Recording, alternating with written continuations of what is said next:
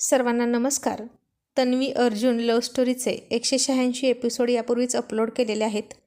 कृपया ते सर्व एपिसोड ऐकण्यासाठी आपल्या चॅनलला भेट द्यावी.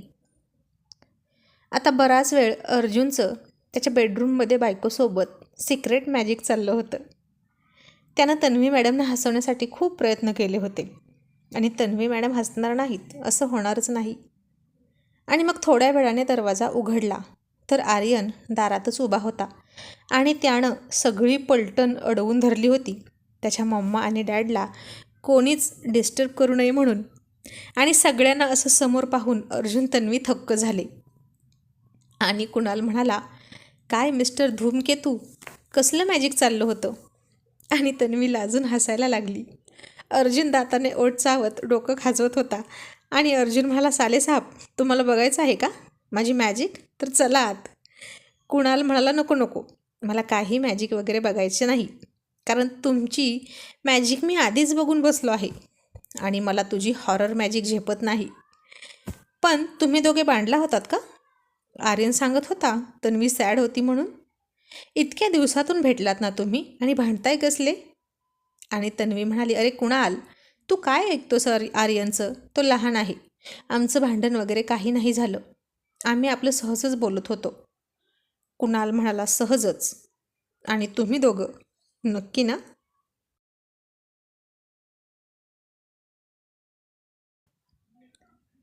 आणि तन्वीनं मग त्याला डोळ्यांनी खुणावलं की इथे छोटी मुलं आहेत, आता काहीच बोलू नको. मग कुणाल गप्प बसला आणि तन्वी हसत होती म्हणून हसणाऱ्या तन्वीला पाहून आर्यन उत्साहात तिच्याजवळ गेला आणि म्हणाला, ये मम्मा इज हॅप्पी. मम्मा आता हसत आहे ना डॅड? अर्जुन म्हणाला, मग मम्मा हसणारच.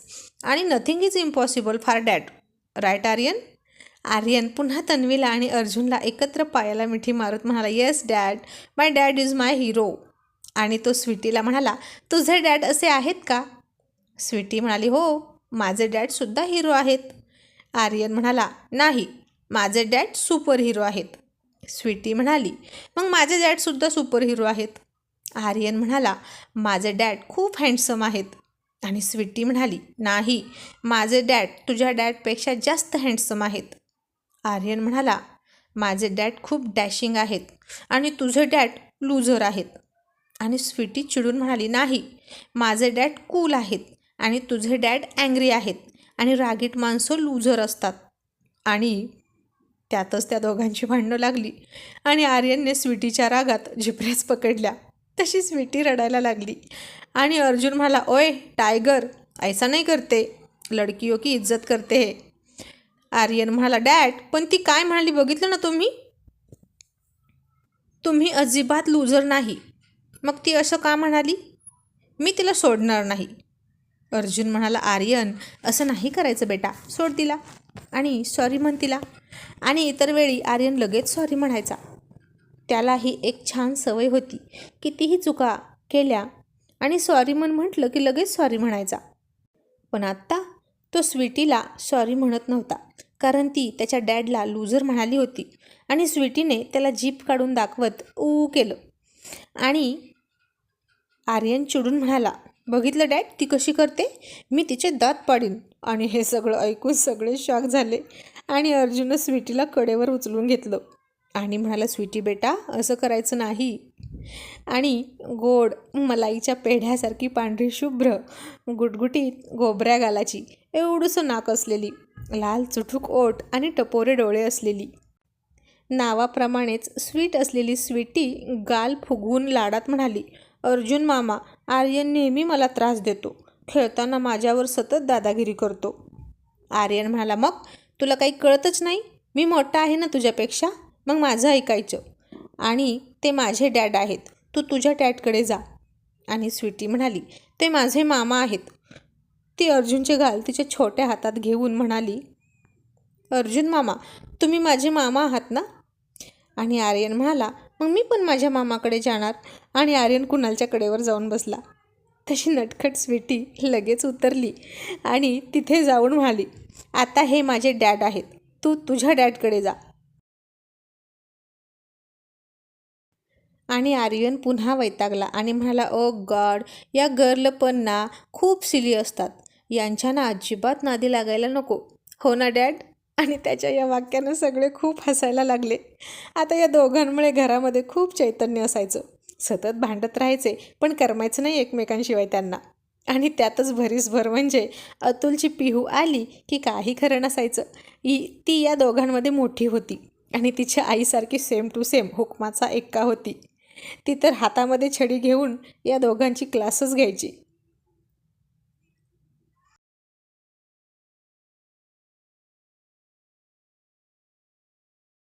मग आता सगळ्यांचा नाश्ता चालला होता. तन्वी तरीही कुणाल आणि रियाला बोलत होती. आणि अर्जुन हसून म्हणाला, तनू बेबी सॉस पास कर ना. आणि तन्वीनं न बोलता त्याच्यासमोर सॉस दिला. तिने त्याच्याकडे बघितलंही नाही. कुणालच्या लक्षात आलं की वातावरण थोडं तापलं आहे. आणि अर्जुनसुद्धा आर्यनसारखा म्हणाला, ओ गॉड, या गर्ल पण ना खूप हट्टी असतात. यांच्या नादीच लागायला नको. आणि हे ऐकून तन्वी रागात म्हणाली, नको ना लागूस माझ्या नादी. आणि ती बेडरूममध्ये गेली पर्स आणायला आणि परत बाहेर आली. बाय रिया, बाय कुणाल असं म्हणून टिफिन घेऊन ऑफिसला निघाली. तिनं अजूनही अर्जुनला माफ केलं नव्हतं. फक्त फायदा करून घेतला होता अर्जुन सरांचा.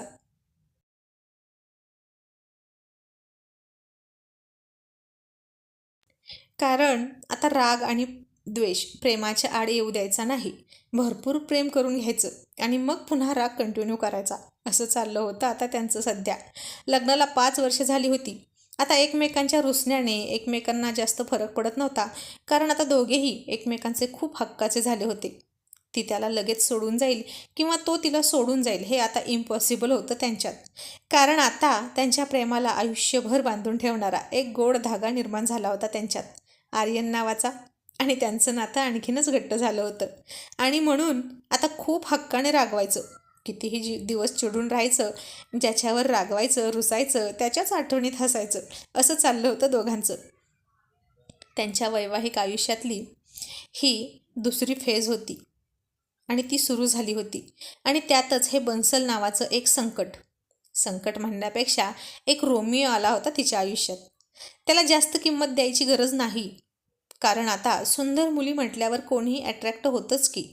आपण कोणाकोणाला अडवणार आणि कोणाकोणाचे डोळे झाकणार. कारण सौंदर्य हे बघण्यासाठीच असतं आणि बघणाऱ्यानं सुद्धा ते स्वच्छ नजरेनं बघावं. आणि ते कोणाची तरी अमानत आहे हे समजून विसरून जावं.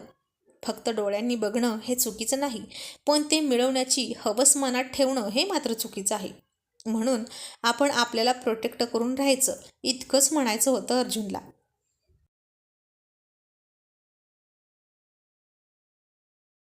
आणि इतरांना समजावून सांगण्या अगोदर त्यानं त्याच्या बायकोची कान उघडणी केली होती. तिनं त्याला नकार दिला नाही म्हणून. लगेच समोरच्याच्या होमध्ये हो करायचं आणि त्याच्या मनासारखं करायचं आणि समोरच्याला उगीचच हिंट द्यायची काहीच गरज नाही ना. मग कुणाल म्हणाला, थांब तन्वी, मला तुझ्याशी बोलायचं आहे. आणि कुणाल तन्वीला म्हणाला, मग ॲनिव्हर्सरी सेलिब्रेट झाली की नाही रात्री. आता तन्वी काहीच बोलत नव्हती आणि अर्जुन म्हणाला, ॲनिव्हर्सरी झाली, पण आज पार्टी करूया. अतुलला सुद्धा बोलूया विथ फॅमिली आणि घरीच करूया. एक छोटंसं गेट टुगेदर. काय तनू, बरोबर ना. तन्वी आता काहीच नाही बोलली. आणि अर्जुन म्हणाला, मग कुणाल, इट्स फायनल. आम्ही ऑफिसवरून लवकर येतो. सगळी अरेंजमेंट होऊन जाईल आज रात्रीची. चला निघतो. असं म्हणून अर्जुन पुढे गेला आणि तन्वीची वाट बघत बसला.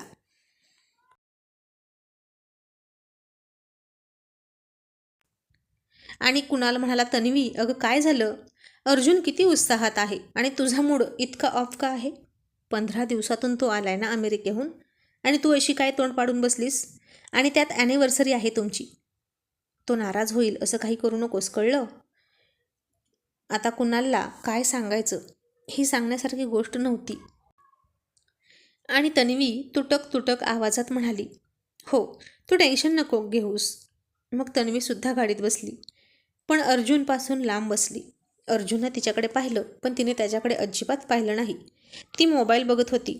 तनू बोल ना बेबी माझ्याशी, असं तो म्हणाला, पण ती तशीच मोबाईल चाळत होती. आणि त्यानं तिच्या हातातून मोबाईल घेतला. मग ती खिडकीतून बाहेर बघत बसली. आता गिरीश होता म्हणून त्याला जास्त काही बोलता आलं नाही तिच्याशी. आणि आज ही रुसलेली वाघीण दिवसभर फुगून राहणार हे त्याला माहीत होतं. आज त्यांना उशीरच झाला होता ऑफिसला यायला. ऑफिस आलं. तन्वी त्याच्या अगोदर खाली उतरली. आत आली. तिच्या मागे अर्जुन आला. सगळ्यांनी त्या दोघांना पाहून उठून good morning sir, good morning madam असं ग्रीट केलं. अर्जुन 15 दिवसांनी ऑफिसला आला होता. तन्वी रोजच्यासारखं कोणालाच गुड मॉर्निंग असं न म्हणता सरळ आत निघून गेली आणि अर्जुन दोघांच्या वतीनं सगळ्यांना good morning all of you असं म्हणत आत गेला आणि ती तिच्या केबिनमध्ये जाऊन बसली. अर्जुनही त्याच्या केबिनमध्ये बसला आणि तिला त्या काचेतून बघत बसला. ती मात्र लगेच कामाला लागली. अजिबात त्याच्याकडे डोळे उचलून बघत नव्हती. अर्जुन मनात म्हणाला, ओ नो, कोणी इतकं क्यूट असूनही इतकं कसं रुसू शकतं? आणि तनू तर रागात सुद्धा किती क्यूट दिसते. आता तो तिला एकटक पाहत होता, पण तिने चुकूनही त्याच्याकडे पाहिलं नाही. जणू तो तिला दिसतच नव्हता आणि तिच्यासमोर एक भिंत आहे फक्त असं समजून ती त्याला इग्नोर करत काम करत होती. आणि अर्जुन तिनं त्याच्याकडे बघायची वाट पाहत होता आणि मनापासून म्हणाला, तनू बेबी, जर माझ्यावर तू मनापासून प्रेम करत असशील तर मी 3 म्हणायच्या आत तू नजर उचलून माझ्याकडे बघशील. आणि अर्जुन त्याची नजर तिच्यावर रोखत म्हणाला, 1 2 साडे माडे 3.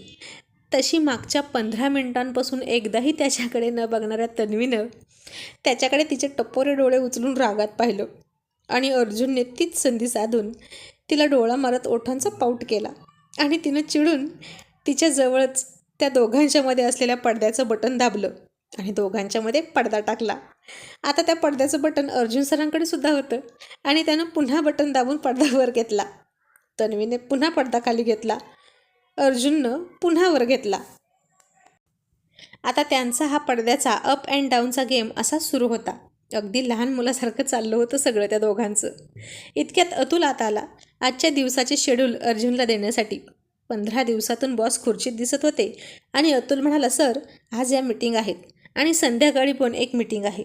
अर्जुन म्हणाला, थांब, संध्याकाळी कुठलीही मीटिंग वगैरे नकोय. संध्याकाळी छोटीशी पार्टी ठेवली आहे आपल्याच घरी. तू सुद्धा ये तुझ्या फॅमिलीसोबत. अतुल म्हणाला, ओ नो सर. पण या मीटिंगचं काय करायचं? अर्जुन म्हणाला, पोस्टपोन कर किंवा कॅन्सल कर. अतुल म्हणाला, सर, हे तुम्ही बोलताय? अर्जुन म्हणाला, नाही, माझं भूत बोलतंय. अतुल खूप हसला आणि म्हणाला, यू आर व्हेरी नॉटी हा सर. अर्जुन म्हणाला, मीटिंगपेक्षा मला ॲनिव्हर्सरी सेलिब्रेशन महत्त्वाचं आहे, कारण वर्षातून ते एकदाच येतं आणि मीटिंग रोज असतात. आता अर्जुनला तन्वीचा मूड ठीक करण्यासाठी ही पार्टी करायचीच होती आणि आता इतक्यात सपना आत आली आणि म्हणाली, सर, जरा बाहेर येता का? मी तन्वी मॅडमना सुद्धा बोलावलं आहे. अर्जुन म्हणाला, का? सपना म्हणाली, सर, या ना प्लीज, असं ती म्हणाली.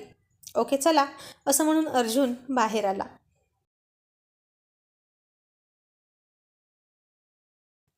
आणि त्याचवेळी तन्वीसुद्धा बाहेर आली आणि सगळ्यांनी एकाच वेळी दोघांना happy anniversary both of you असं खूप मोठ्यानं हसून विश केलं आणि ॲनिव्हर्सरीच्या शुभेच्छा दिल्या. सपना म्हणाली, सॉरी सर, लेट झालं, पण आम्हाला आजच न्यूजपेपरमध्ये रात्रीची तुम्हा दोघांच्या पार्टीतल्या न्यूजमुळे कळलं की काल तुमची ॲनिव्हर्सरी होती, म्हणून आम्ही उशिरा का होईना पण हे छोटंसं सेलिब्रेशन ठेवलं तुमच्यासाठी. आता अर्जुन खूप हसत होता. तन्वीसुद्धा थोडी हसली. मग त्यांच्यासमोर केक आला. सगळ्यांनी त्या दोघांना गुलाबाचा बुके भेट दिला आणि केक कट करण्याची विनंती केली. आता त्या केकवर अर्जुन तन्वी असं लिहिलं होतं. तन्वी अर्जुन एकमेकांच्या शेजारी उभे होते. आता पहिला चाकू कोण हातात पकडणार याची वाट पाहत दोघेही बसले होते. आणि अतुलच्या लक्षात आलं, कुछ तो बात है, तरीच मॅडम उदास आहेत. रात्री तर किती खुश होते दोघे आणि सकाळ झाली की पुन्हा 36चा आकडा. काय हे दोघं नाटक करतात आम्हाला दाखवण्यासाठी भांडणाचं, काय माहीत. मग अतुल म्हणाला, सर, केक कट करताय ना, उशीर होतोय. तरीही अर्जुन आपला तन्वीला मान देत म्हणाला, तनू घे. आणि तिने चाकू हातात पकडला. आता अर्जुन तिच्या हातावर हात ठेवणार त्याआधीच तिनं अर्जुन या अक्षरावर रागाच्या भरात चाकू फिरवून केक कापला. तसं अर्जुन आणि अतुल शॉक झाले. कोणाच्या लक्षात आलं नाही, पण या दोघांच्या लक्षात मात्र आलं. मग अर्जुन सर तरी काय कमी होते की काय? अर्जुन सर सुद्धा चिडले आणि त्यानं तिचं तन्वी नावाचं अक्षर क्रीमसहित एका बोटानं उचललं आणि अख्खच्या अख्खं खाऊन टाकलं. जणू काही त्यानं तिलाच खाऊन टाकली आणि तिच्याकडे बघून एक डॅशिंग लुक दिला आणि तन्वीनंही त्याच्याकडे बघून एक डॅशिंग लुक दिला. आणि आता अतुल मात्र घाबरला आणि मनात म्हणाला, ओ गॉड, कसं होणार यांचं? ते दोघेही मॅड आहेत. नाही, यांचं नाही. कसं होणार आमचं यांच्यासोबत राहून? हे दोघे जशनमध्ये पण टशन करायचं सोडत नाहीत.